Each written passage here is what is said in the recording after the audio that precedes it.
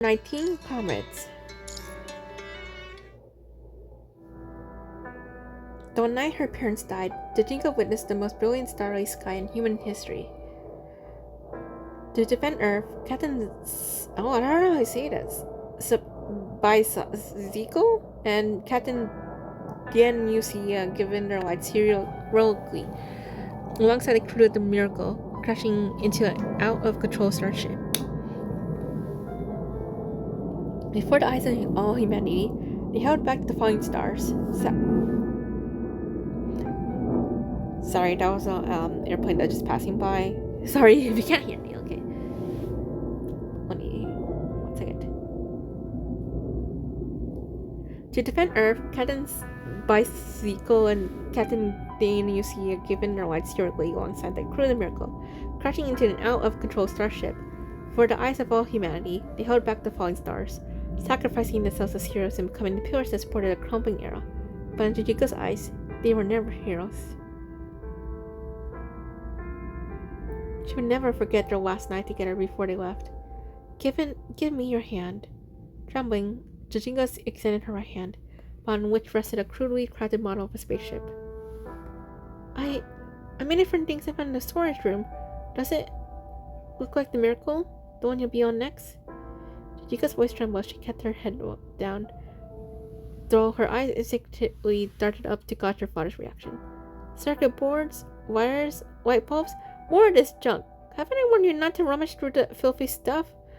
Oh my god, her bears are trash. What is it with most, or not most, like, just, almost all these constructs, like, all these, yeah, pretty much constructs, they have terrible parents, not gonna lie. Well, kind of.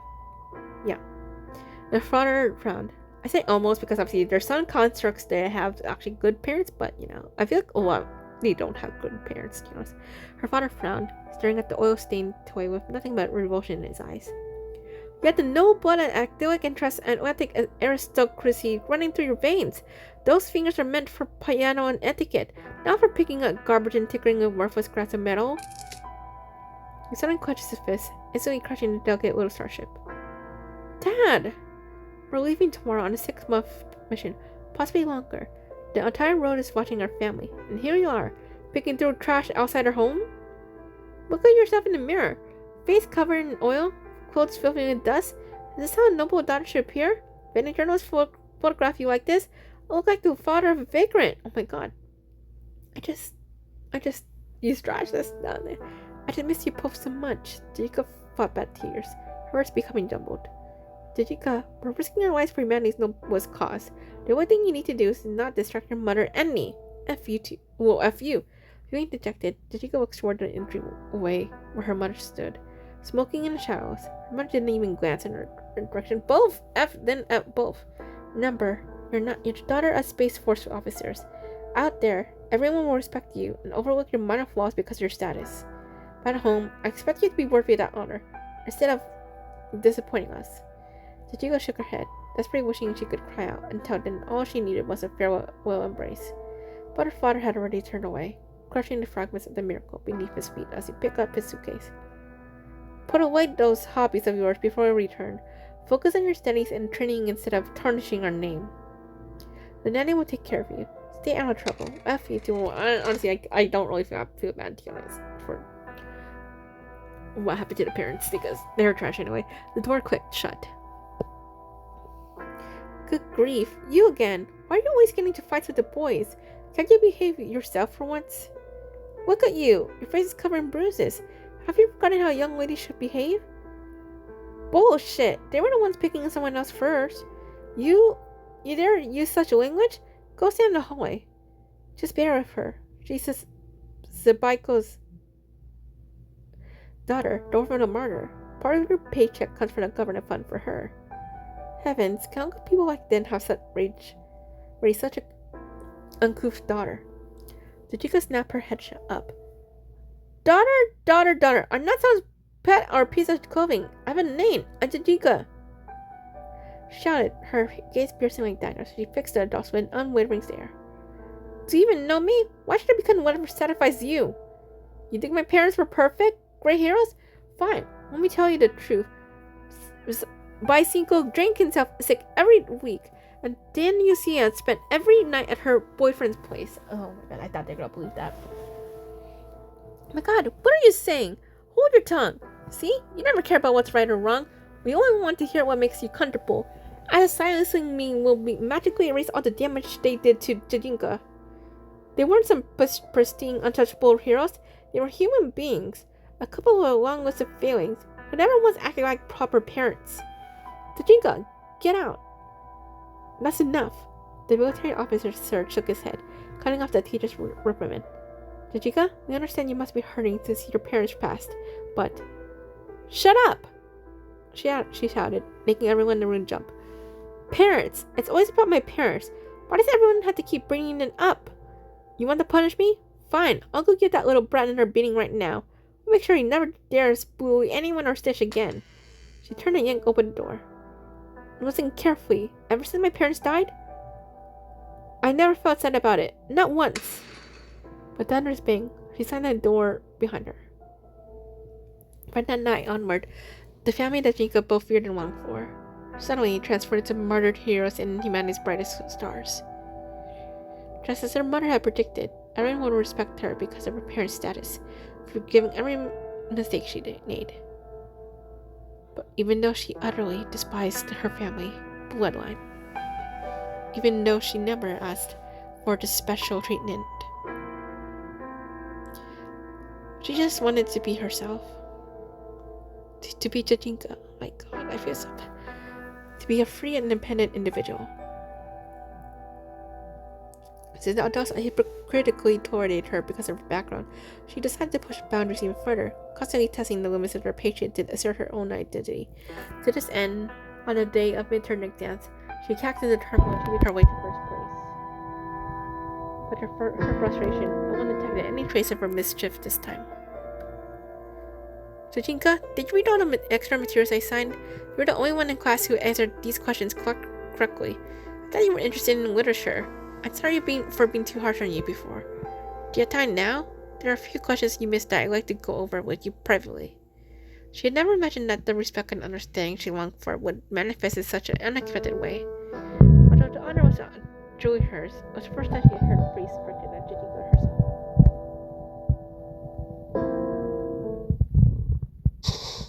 Jajinka, this excellence award is for you. Your name is on it. As the top student of the class, you've earned this honor. Also, I noticed your athletic talent. The way you handle today, even a PE teacher's quick at it. Is there anything you need help with lately? Academically or privately? The current parachute club produces one of Air Force recruits. I want to join. Club? You're too young. The training is so intense that most can't stick with it. Besides, I never accepted a female student before. Oh my god, please don't tell me he's being sexist right now. Perfect, then I'll be the first. Let me make one thing clear. I'm not anyone's shadow. I'm not so-and-so's daughter. I'm Jajinka, and I can do better than he ever did. From then on, to defend this fraudulent yet infinitely precious honor, Jajinka pushed herself relentlessly, flapping her wings for all her might to prove she could soar higher than anyone expected. At her desk, on the field, she pushed herself to the limit, wringing every drop of her modest talents, striving to be first in everything with one goal in mind, but suddenly proved she could outdo her own parents. Academics, sports, combat, even social life. Not only was she good at earning praise from others, but she grew increasingly intoxicated by it. On the first day of the new semester, she overheard an argument in a corner of the schoolyard. We treated you like a friend, and you can't even tell us apart? I didn't mean to.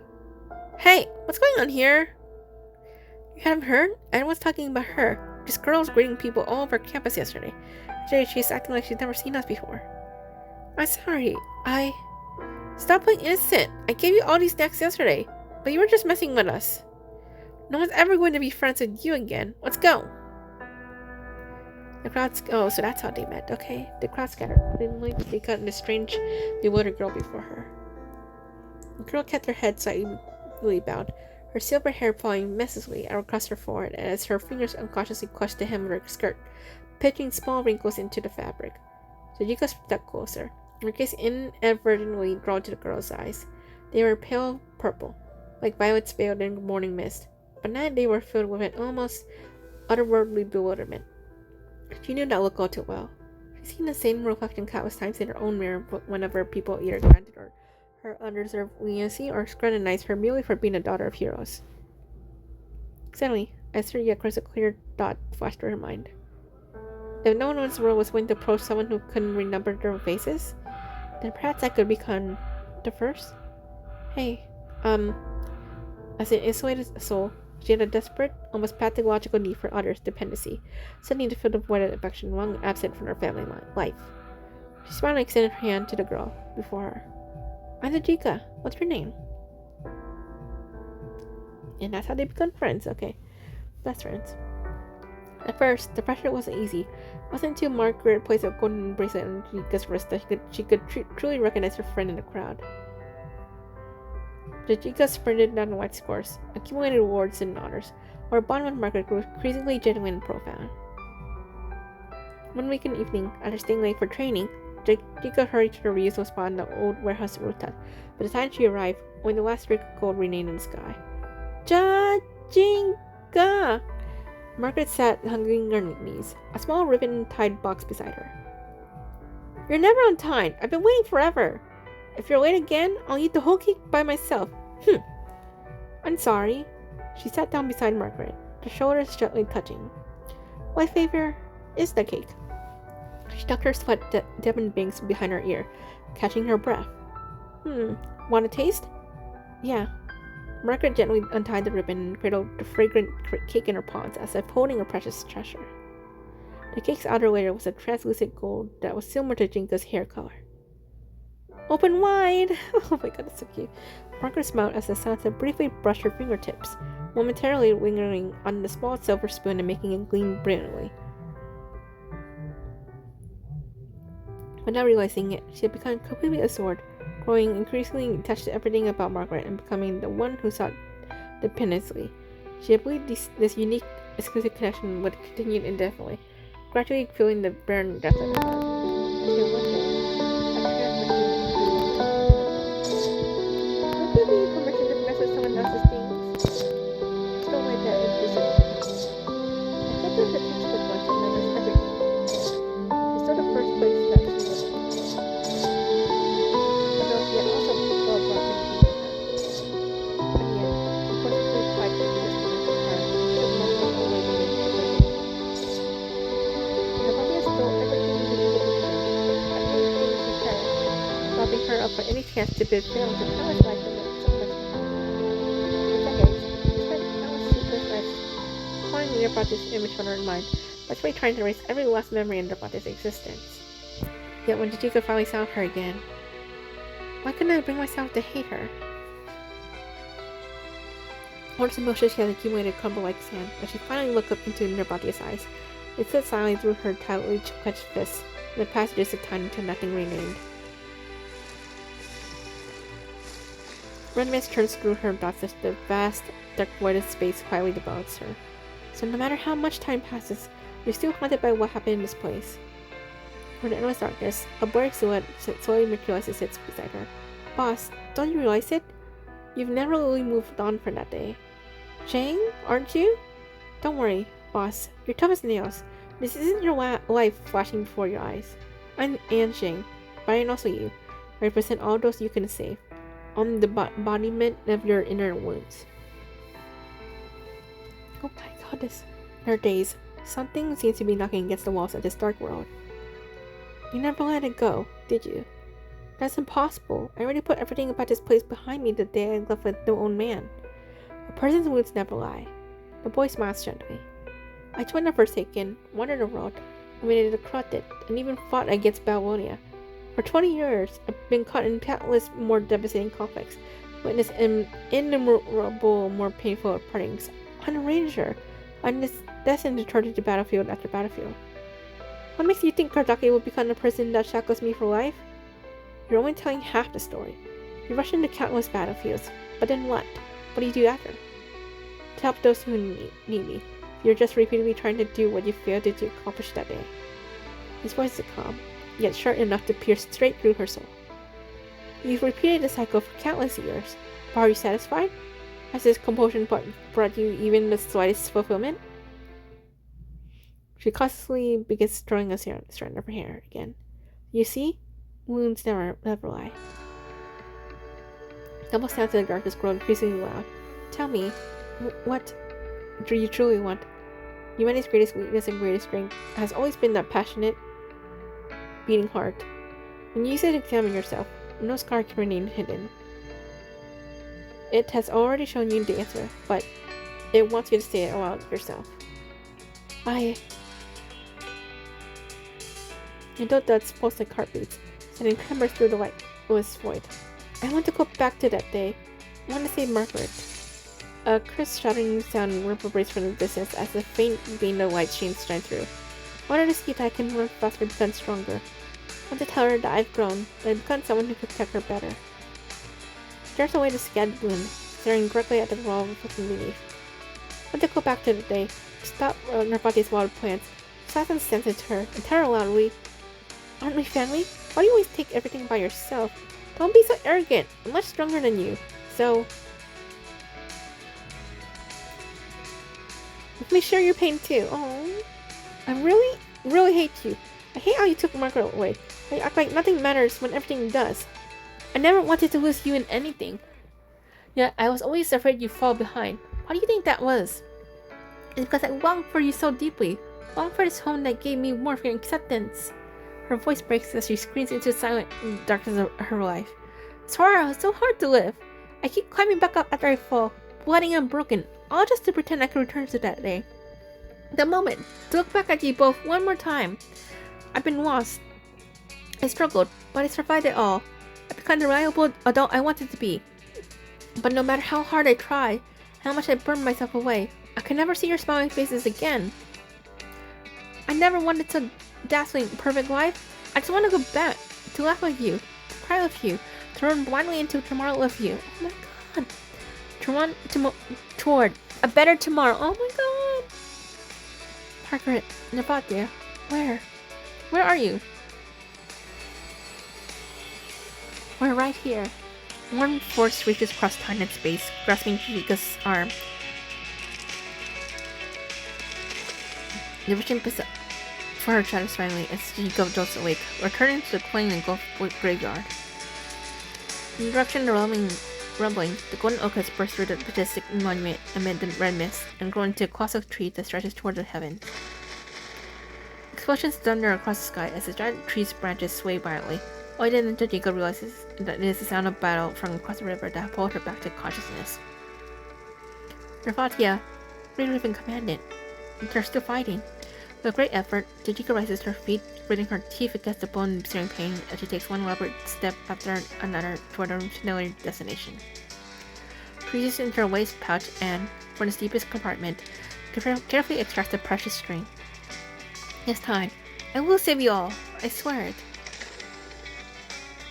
She gently fastens the treasures around her wrists and pulls open the hangar doors, allowing the hero's long silence by time to see the light of day once more. Now, it's time to depart. To reclaim their family and to take back their blood-soaked victory. By the time Lee regains his senses, the crowd before him has vanished without a trace. The thick fog quietly recedes, its colors shifting and transforming into a wide, damp street. Above, red banners connect the buildings, fluttering in the wind to the rhythm of stirring music. Now he remembers. This was from long ago, on Victory Day. On that day, a fine drizzle fell from the gray, overcast sky. Still a major den, he practically leaped from the car, the blood stains on his uniform yet to be washed away. His medals gleaming brilliantly, quickly softly as he moved. He ran down the boulevard, pushing through the expectant crowds, making his way to his mother's residence. As the sole survivor of the garrison command and the hero who successfully prevented the spread of the radiation zone, he was bestowed the highest honor of People's Hero by the world government. Practically dragging a body that had been crushed by war and pieced back together, his only thought now was to tell his long-separated mother that he was safe. Beneath the crisscrossing apartment buildings, children gathered as always, eager to hear stories from the front lines. They huddled around the faded propaganda posters, imagining war was something distant and exciting. That's not exciting! What the heck? Where did they get that from? How's the war exciting? He frantically searched through the crowd.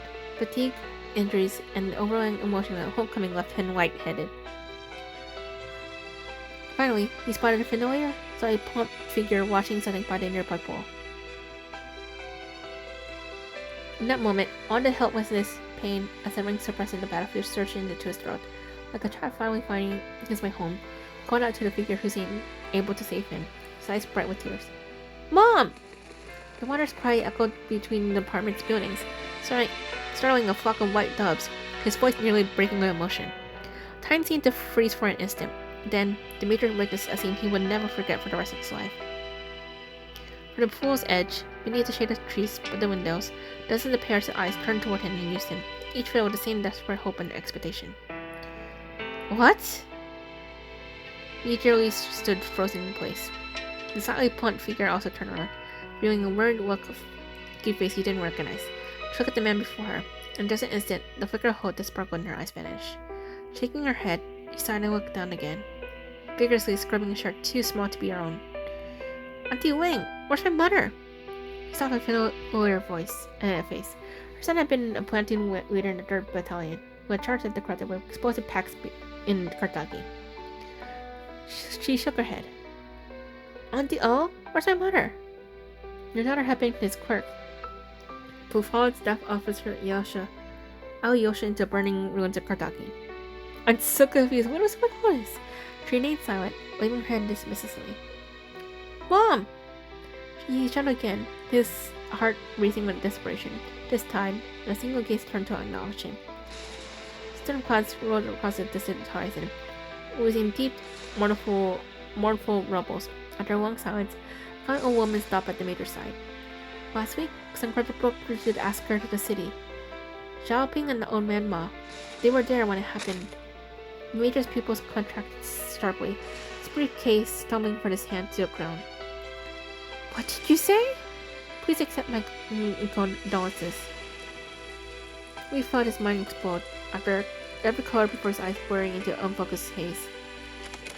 His first feeling was in grief, an overwhelming sense of injustice and unfairness. Questions swarmed like ants, blocking all reason and coherent thought.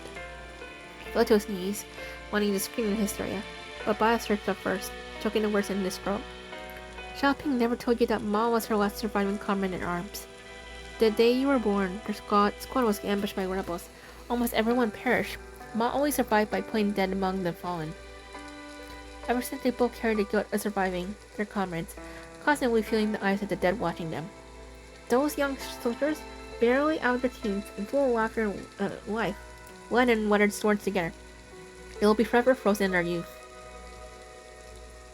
Now the wind has brought them all together again. All are turned to dust and earth, no longer separate or apart. To this day, we can't remember if he shed any tears that day. But he will never forget those helpless eyes and the lesson his mother's death taught him. To live is to bear a burden, and is the death of a man's youth fulfill the wishes of the dead and carry all of his suffering to tomorrow. For the rest of his life, he will carry the burden of his comrades' sacrifices, forever unable to escape the day of the explosion.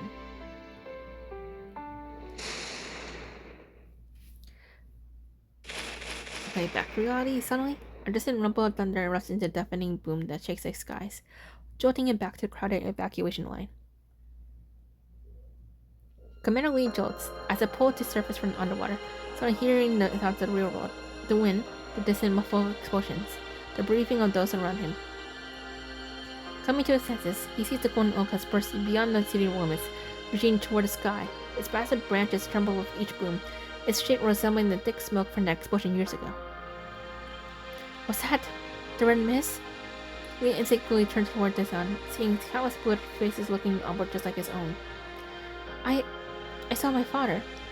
He was sitting by the stove, telling me to keep moving forward and not hang my head.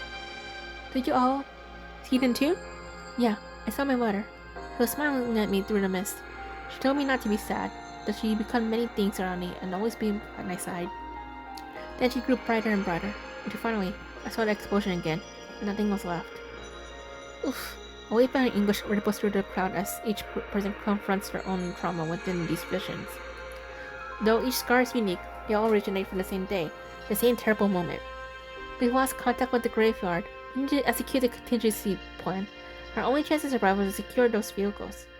Can we really outrun this mess? Look at the sky. It's moving too fast. What good is that kind of defeatist talk?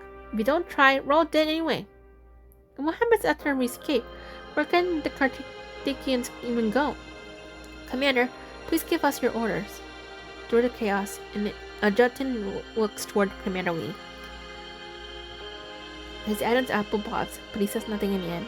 His gaze fixes on the increasingly monstrous silhouette of the massive tree looming in the mist. Reactor number 4 works just like the zero-point engine, so the plunging virus mist will keep pouring from its base. If it isn't shut down, the virus will spread, and the whole fucking Earth will bathe in red in less than 2 months. The mist continues to spread. If left unchecked, it will threaten not just Kardaki, but also to fade out other conservation areas, and perhaps even the entire Earth. Nervatia, the Great Raven Commandant. He murmurs under his breath. Can those two alone really bring down this colossal tree? Behind him, horizon burns crimson as the entire sky is shutting in flames. The view transfers him back to the blood-soaked morning from the past.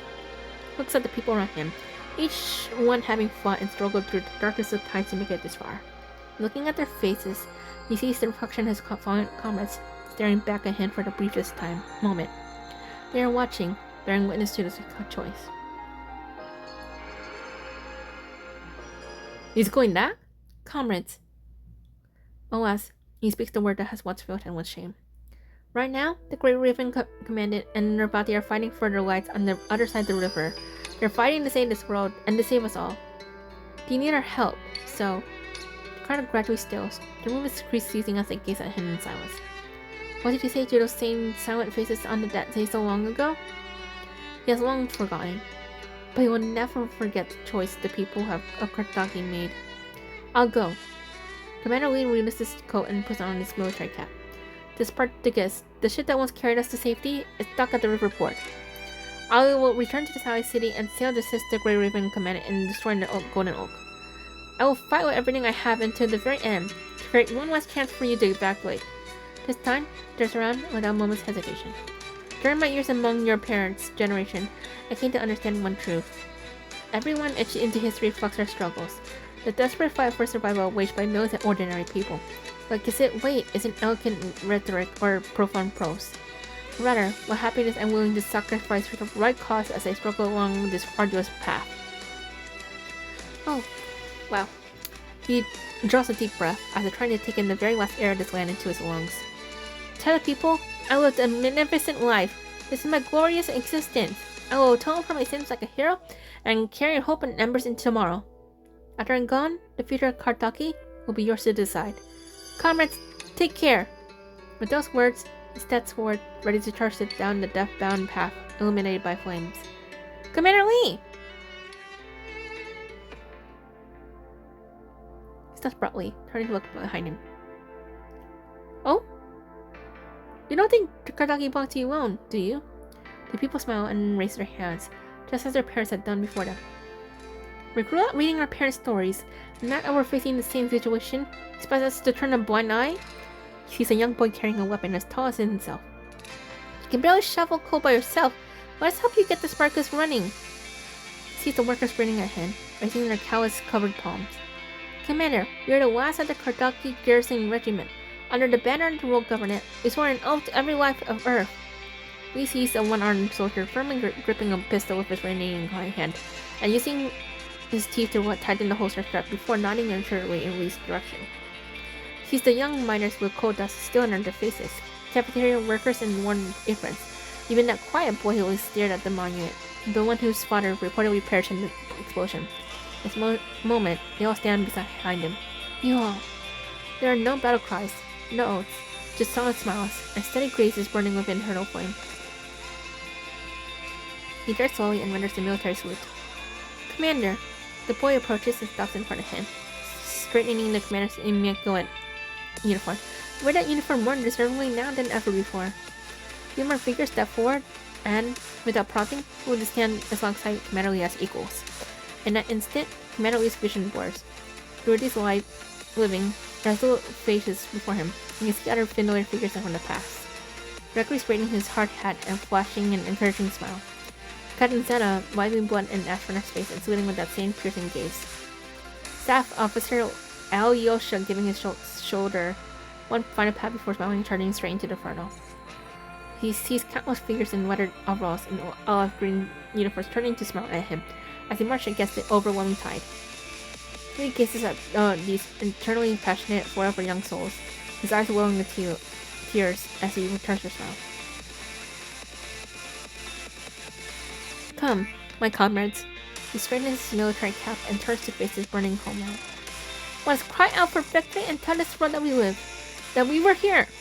Behind him stands not a solitary shadow, but a line of fighters, born of workers, soldiers, and students. They have gathered all of Kartaki's scattered embers, forming a defiant current of life that refuses to surrender hope. For Kartaki! For all who live and all who have fallen! For a better tomorrow! After decades of suffering, these miraculous and noble people make the same choice once again. Though their voices may seem insignificant and their names may be forgotten. They step forward without hesitation, their resolve unwavering. Oh my god. Damn, this chapter is like... I have no words, okay.